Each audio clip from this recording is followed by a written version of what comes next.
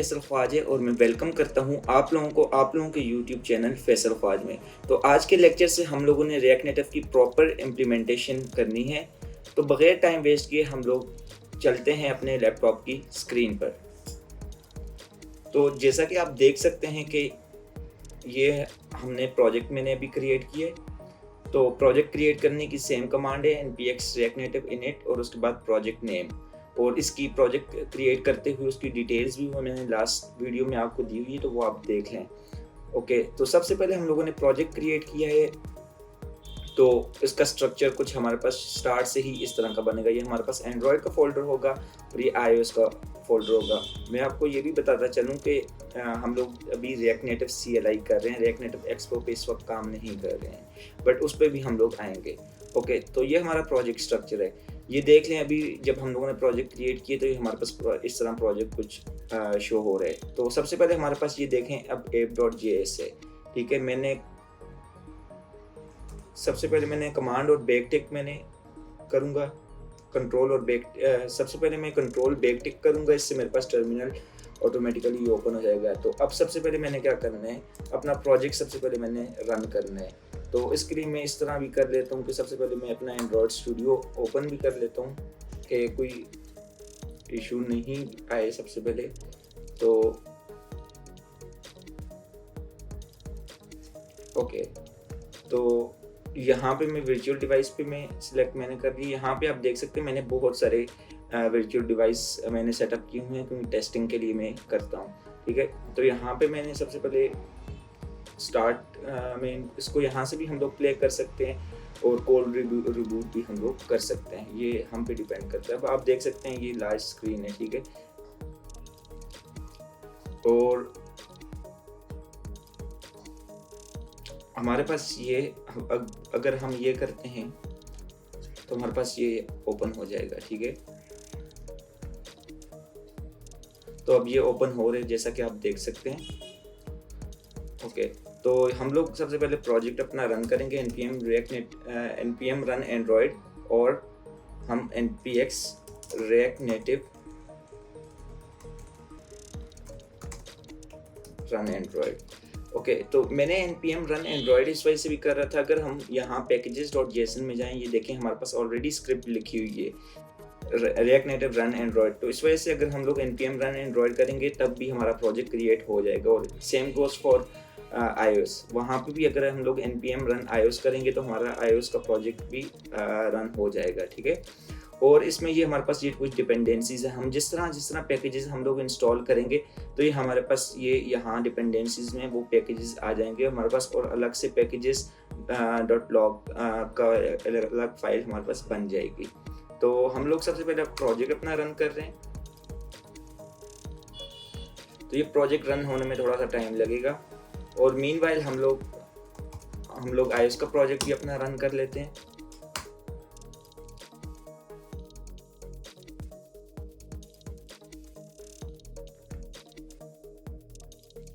Okay, तो जैसा कि अब आप देख सकते हैं कि हमारा प्रोजेक्ट रन हो चुका है। अच्छा, तो अब हम बिल्कुल स्क्रैच से स्टार्ट करेंगे। हम लोग इसको भी यहाँ से रिमूव कर लेते हैं। ठीक है, यहाँ से अगर इसको मैं रिमूव कर लेता हूँ, ठीक है, क्योंकि हम लोगों ने अपना कोड करना है। ठीक है, यहाँ से इसको भी मैं रिमूव कर लेता हूँ, इसको भी यहाँ से हम लोग रिमूव कर लेंगे, और यहाँ से हम लोग ये स्टाइल्स वगैरह भी हम लोग अभी के लिए रिमूव कर लेंगे। ठीक है, तो अभी के लिए हमारे पास अभी सिर्फ app.js फाइल ही हमारे पास है। ठीक है,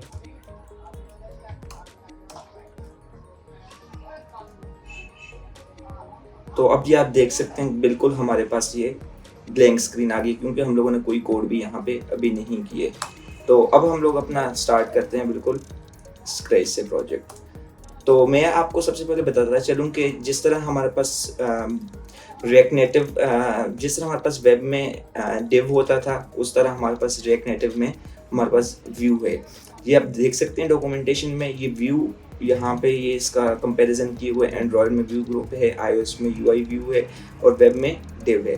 बट जैसा कि वेब में हम लोग जब डिव यूज़ करते हैं तो उसमें हम लोग div के अंदर कोई भी टेक्स्ट लिख सकते हैं, बट रिएक्ट नेटिव में ऐसा नहीं हो सकता। div के अंदर हम लोग डायरेक्टली कोई टेक्स्ट नहीं लिख सकते हैं। ये आपको मैं शो कर देता हूँ। सबसे पहले मैंने यहाँ पे व्यू लिख लिया, ठीक है। तो व्यू में यहाँ से ये इंपोर्ट भी करूँगा रिएक्ट नेटिव से, ठीक है। यहाँ से रिएक्ट नेटिव से मैंने इंपोर्ट कर लिया। अब मैं इसको यहाँ पे यूज़ कर सकता हूँ। तो अब ये देखें, यहाँ पे अगर मैं कुछ टेक्स्ट लिखूँगा डायरेक्टली तो ये हमारे पास एरर आएगा।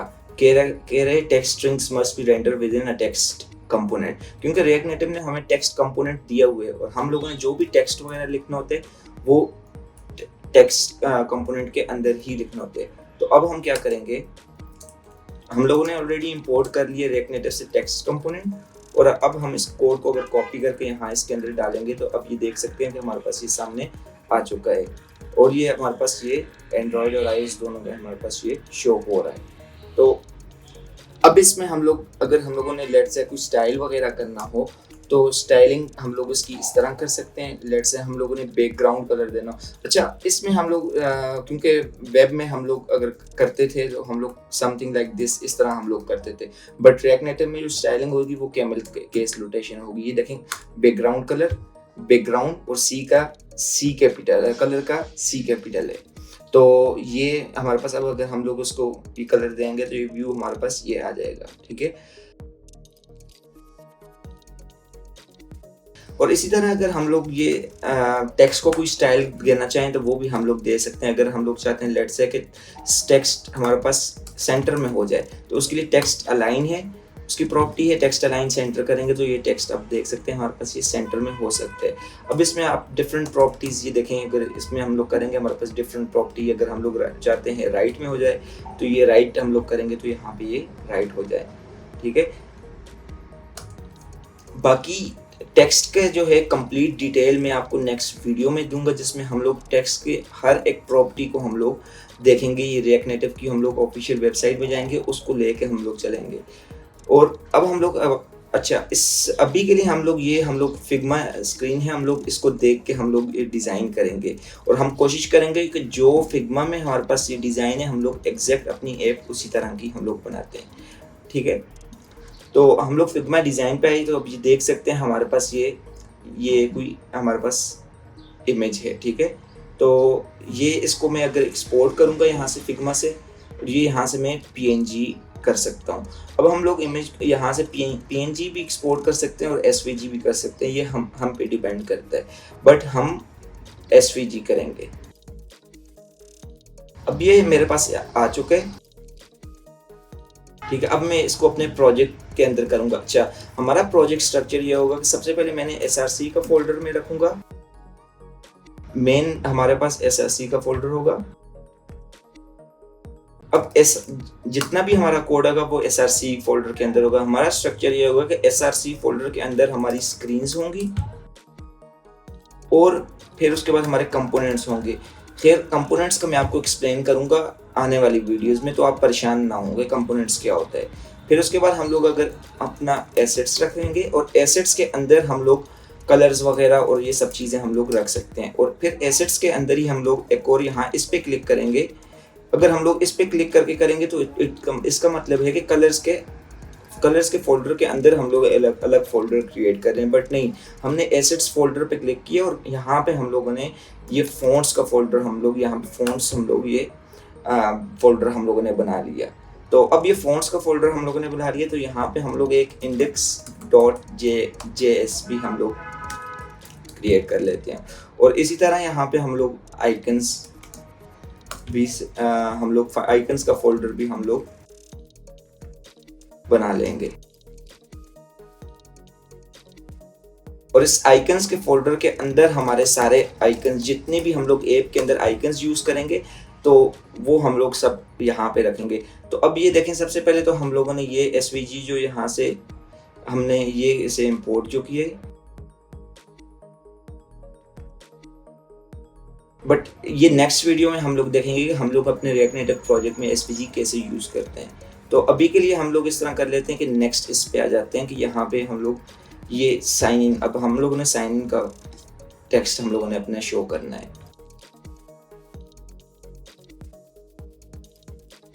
तो क्योंकि हमें राइट पे नहीं चाहिए, तो अगर हम इसको ये करेंगे तो ये बाय डिफ़ॉल्ट ये लेफ़्ट पे ही रहेगा, ठीक है। तो यहाँ पे हमारा ये हो चुका है।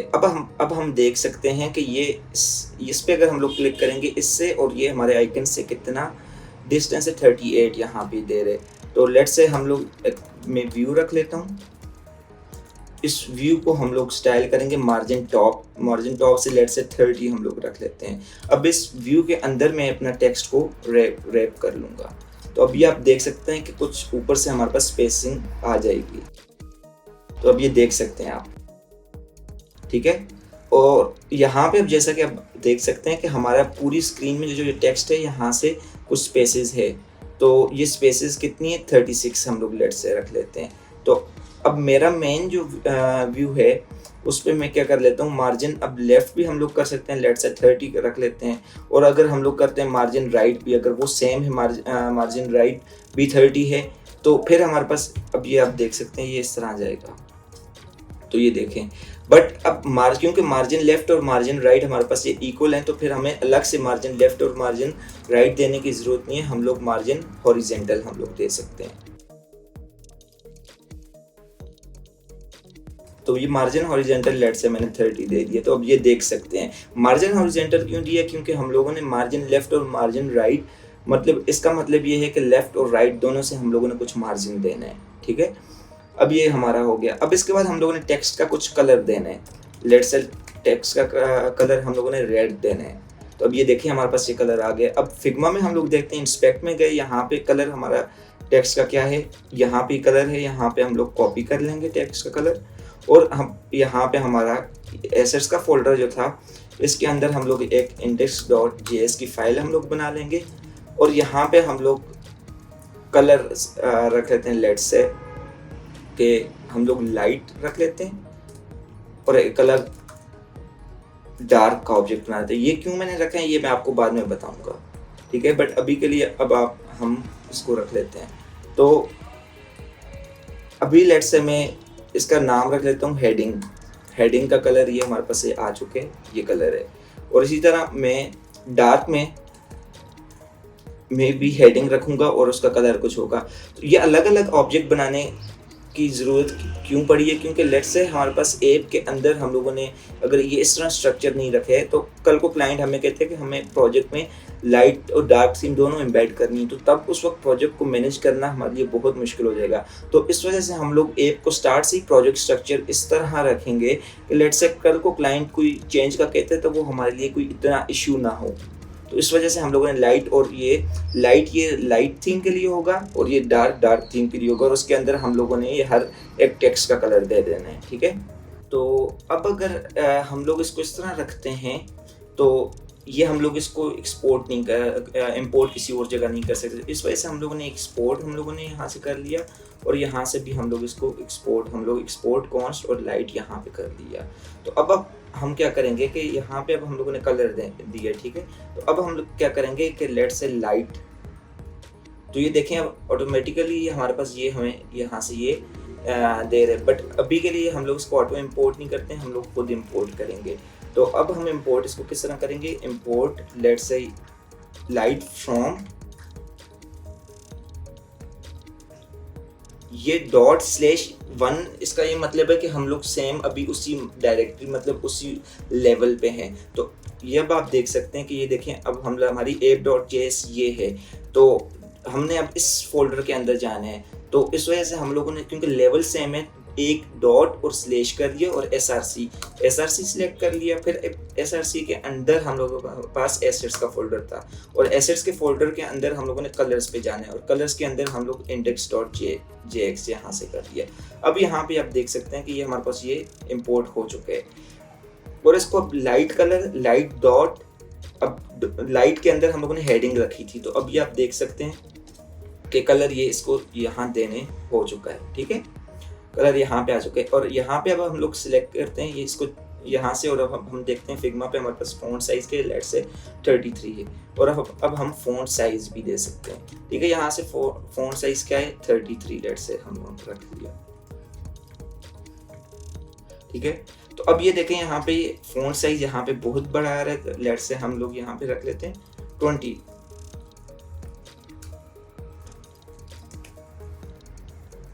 ठीक है, अभी हमारा फ़ॉन्ट साइज यहाँ पे ये आ चुके हैं और अब ये आप iOS पे भी देख सकते हैं। ठीक है, तो अब इसमें हम लोग देख सकते हैं कि अब फ़ॉन्ट फैमिली भी इसने कोई दी हुई है। तो अब हम लोग क्या करेंगे कि फ़ॉन्ट फैमिली हम लोग यहाँ से ये इसको यूज़ करेंगे। तो उसके लिए हम लोग सबसे पहले फ़ॉन्ट्स को डाउनलोड करेंगे। गूगल फ़ॉन्ट्स की वेबसाइट पे हम लोग चले गए और ये हम अलग से क्लाइंट्स को भी हम लोग कह सकते हैं कि यार हमें ये आप फ़ॉन्ट प्रोवाइड करें, तो वो हमें प्रोवाइड कर लेगा और हम लोग फिर उसको अपने प्रोजेक्ट में हम लोग यूज़ कर सकते हैं। तो अभी के लिए हम लोग इस फ़ॉन्ट को यूज़ करते हैं, डाउनलोड करते हैं।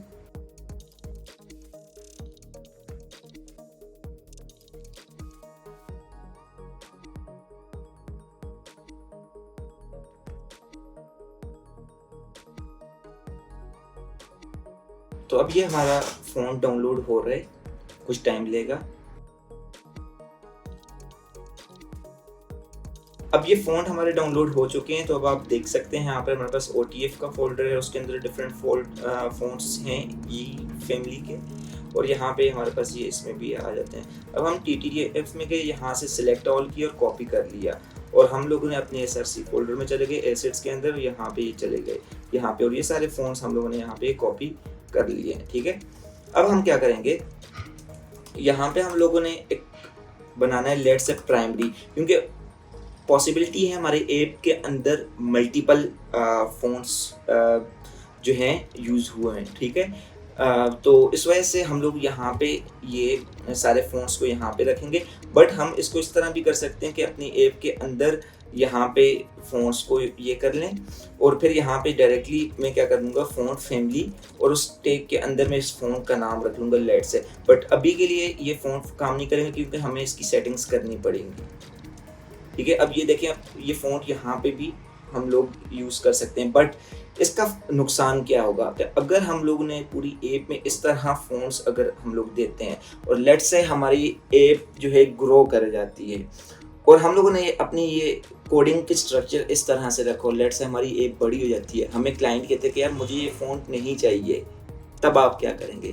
तब आप हर स्क्रीन पे जाएंगे, हर स्क्रीन पे जाके ये फ़ॉन्ट को इस तरह चेंज करेंगे? नहीं, ये अप्रोच ठीक नहीं है। तो बेस्ट अप्रोच क्या है कि हम लोगों ने फ़ॉन्ट्स के फ़ोल्डर के अंदर एक हम लोग रख लेंगे लेट्स से प्राइमरी फ़ॉन्ट। ठीक है, प्राइमरी, और उसमें हम लोग लेट्स से बोल्ड रख लेंगे और बोल्ड के अंदर हमारे पास ये और आ जाएगा, यहाँ पे ये आ जाएगा। ठीक है, और इसी तरह पॉसिबिलिटी है कि हमारी ऐप के अंदर कोई और सेकेंडरी फ़ॉन्ट भी दूसरा यूज़ हो रहा हो। ठीक है, तो हम लोग सेम इसी तरह करेंगे, उसमें भी हम लोग बोल्ड होगा, ज़ाहिर बात है कोई और फ़ॉन्ट होगा तो उसमें कभी बोल्ड का कुछ इस तरह तो होगा ना, नेम होगा, तो वो नेम हम लोगों ने यहाँ पे हम लोगों ने रख लेना है। और फिर उसके बाद हम लोग क्या करना है कि एक्सपोर्ट कॉन्स्ट फ़ॉन्ट्स, और उसके अंदर हम लोगों ने अब क्या करना है, इक्वल टू, अब हम लोगों ने रख लेना है प्राइमरी, लेट्स से प्राइमरी, और इसके अंदर हम लोगों ने ये प्राइमरी, ये जो है ये प्राइमरी यहाँ पे देखो। और इसी तरह हमारे पास सेकेंडरी अगर होगा, ओके, यहाँ पे हम लोग इसका नाम इस तरह से रख लेंगे। और अब फिर हम लोगों ने लेट्स से इस फ़ॉन्ट को जब यूज़ करना होगा तो अब हम क्या करेंगे कि फ़ॉन्ट्स डॉट, अगर ये फ़ॉन्ट यूज़ करना है प्राइमरी डॉट बोल्ड, तो देखते हैं कैसे करेंगे, fonts dot primary dot bold. तो ये देखिए अब फ़ॉन्ट हमारा हो चुका है, बट ये फ़ॉन्ट हमारा काम नहीं करेगा। तो नेक्स्ट वीडियो में हम लोग देखेंगे कि हम लोग अपने प्रोजेक्ट में किस तरह फ़ॉन्ट्स को ऐड कर सकते हैं।